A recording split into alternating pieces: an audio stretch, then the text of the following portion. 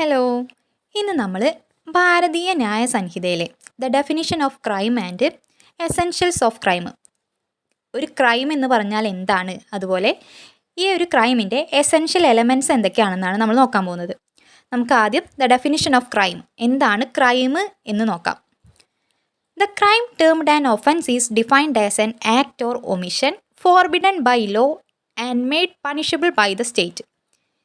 എന്താണ് ഈ ക്രൈം എന്ന് പറഞ്ഞാൽ? ഒരു ഒഫൻസാണ്.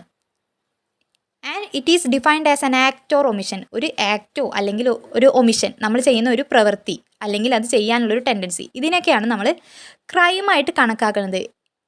ഇങ്ങനെ ചെയ്യുന്നതിനെല്ലാം ക്രൈമാക്കില്ല. It is forbidden by law, എന്താണ്, നിയമം പറയുകയാണ് നമ്മളോട് ഇങ്ങനെയുള്ള കാര്യങ്ങൾ ചെയ്യരുത് എന്ന് പറഞ്ഞിട്ട് നമ്മൾ അങ്ങനത്തെ കാര്യങ്ങൾ ചെയ്യുകയാണെങ്കിൽ, അതുപോലെ നമ്മുടെ നിയമപുസ്തകങ്ങളിൽ പറഞ്ഞിട്ടുണ്ട് ഇന്ന കാര്യങ്ങൾ ഓരോ വ്യക്തികളും ചെയ്യണം എന്ന് പറഞ്ഞിട്ടുണ്ട്. അങ്ങനെ ആ ചെയ്യണം എന്ന് പറഞ്ഞ കാര്യങ്ങൾ നമ്മൾ ചെയ്യാതിരിക്കുകയും ചെയ്യരുത് എന്ന് പറഞ്ഞ കാര്യങ്ങൾ നമ്മൾ ചെയ്യുകയുമാണെങ്കിൽ ഇങ്ങനത്തെയുള്ള പ്രവർത്തികളെയാണ് ഇവിടെ ക്രൈമായിട്ട് കൺസിഡർ ചെയ്യുന്നത്. ഈ എല്ലാ ക്രൈമിനും പണിഷ്മെൻ്റ് ഉണ്ട്. It is punishable by the state. ഇതെന്താണ്, സ്റ്റേറ്റാണ് പണിഷ് ചെയ്യുക. ഇനി നമുക്ക് essential elements of a crime, എന്തൊക്കെയാണ് ഒരു ക്രൈമിൻ്റെ എസെൻഷ്യൽസ് എന്നൊക്കെ നോക്കാം. It is explained through the maxim ആക്ടസ് നോൺ ഫാസിട്രിയം നിസീം ആൻഡ് സിട്രിയ. നമ്മൾ എല്ലാവരും ഒരു BNS അതുപോലെ നമ്മൾ ലോന് പ്രിപ്പയർ ചെയ്യുമ്പോൾ തന്നെ ആദ്യം കേൾക്കുന്ന ഒരു ലീഗൽ മാക്സിമാണ് ആക്ടസ് നോൺ ഫാസിട്രിയം നിസീം ആൻഡ് സിട്രിയ. എന്താണ്? An act is not a crime unless it is done with a guilty mind. എന്താണ്? ഒരു ആക്ട് ഒരിക്കലും ക്രൈം ആവില്ല, പക്ഷേ അതെപ്പോഴാണ് ക്രൈമായി മാറുക? അതൊരു ഗിൽട്ടി മൈൻഡോട് കൂടിയാണ് നമ്മൾ ചെയ്യുന്നതെങ്കിൽ അതൊരു ക്രൈമായി മാറും. ഇതാണ് ഒരു മാക്സിമിൽ നമ്മൾ പറയുന്നത്. ഈ ഒരു ക്രൈമിൽ നമ്മൾ 4 എസെൻഷ്യൽ എലമെൻറ്റ്സ് ആണ് പറയുന്നത്.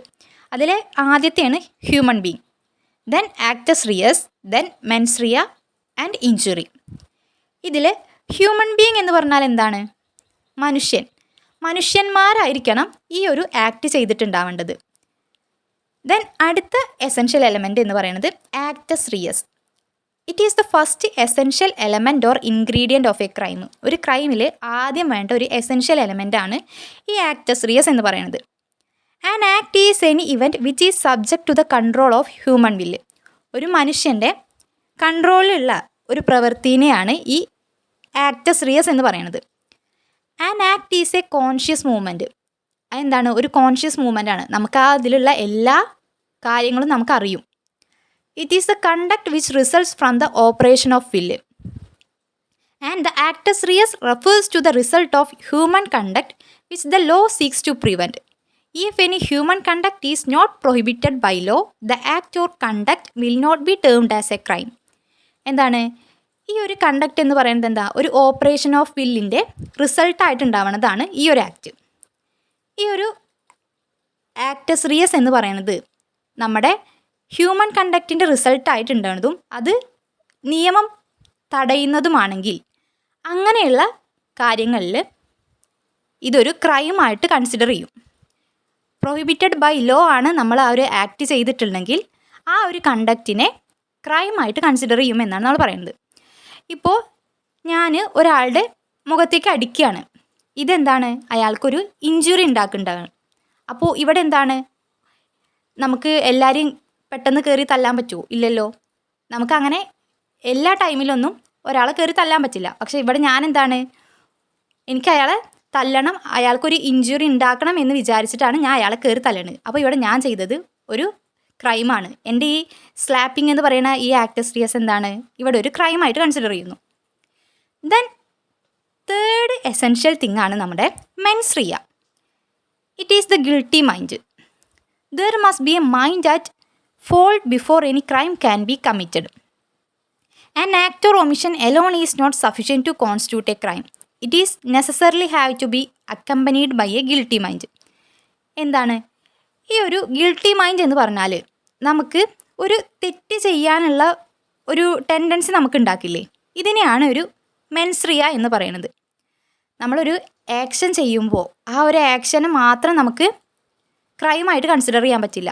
ആ ആക്ഷനോ അല്ലെങ്കിൽ ആ ഒരു ഇഞ്ചുറി ഉണ്ടാക്കണ ആ ഒരു ആക്റ്റിനെ നമുക്കൊരു മെൻസ് റിയ, ഒരു ഗിൽട്ടി മൈൻഡ് നമ്മുടെ മൈൻഡിൽ ഉണ്ടാവണം. അങ്ങനെയുള്ള ക്രൈമുകളെ മാത്രമേ ഉള്ളൂ നമ്മൾ ക്രൈമായിട്ട് കൺസിഡർ ചെയ്യുള്ളൂ.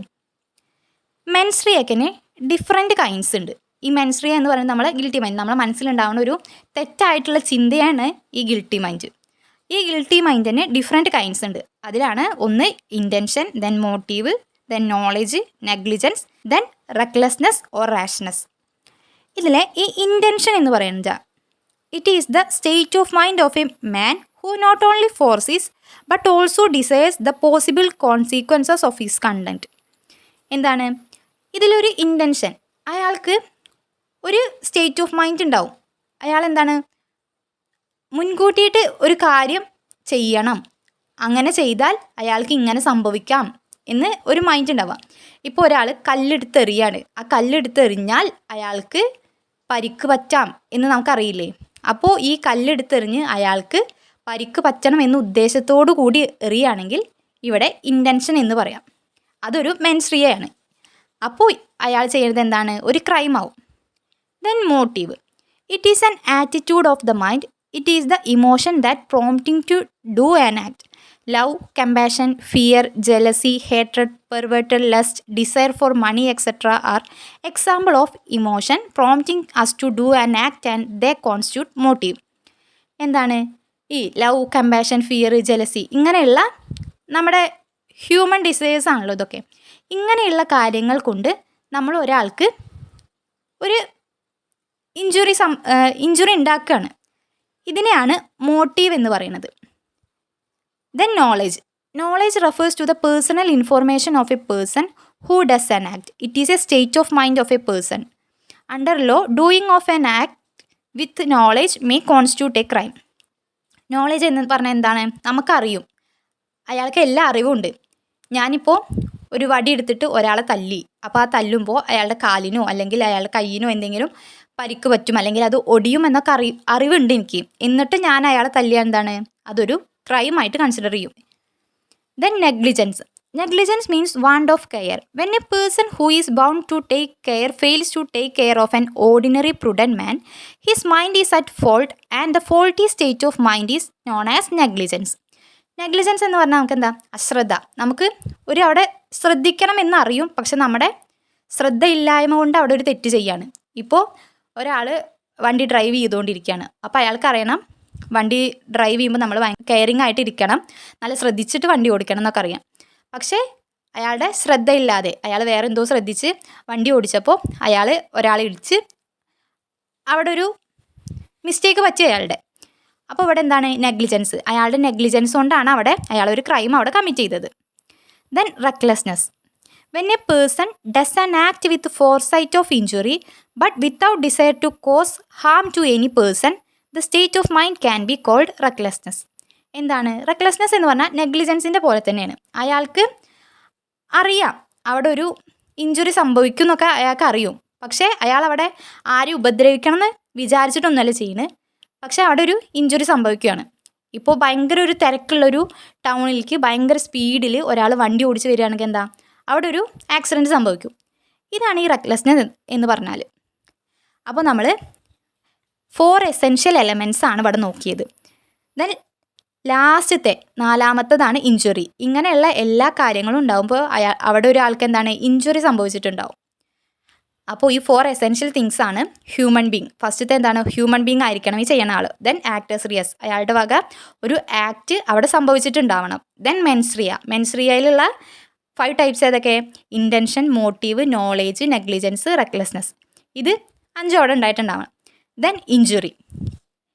ഈ ഒരു 4 എസെൻഷ്യൽ എലമെൻറ്റ്സ് ഉണ്ടെങ്കിൽ അതിനെ ഒരു ക്രൈമായിട്ട് കൺസിഡർ ചെയ്യാമെന്നാണ് നമ്മുടെ ലോ പറയുന്നത്.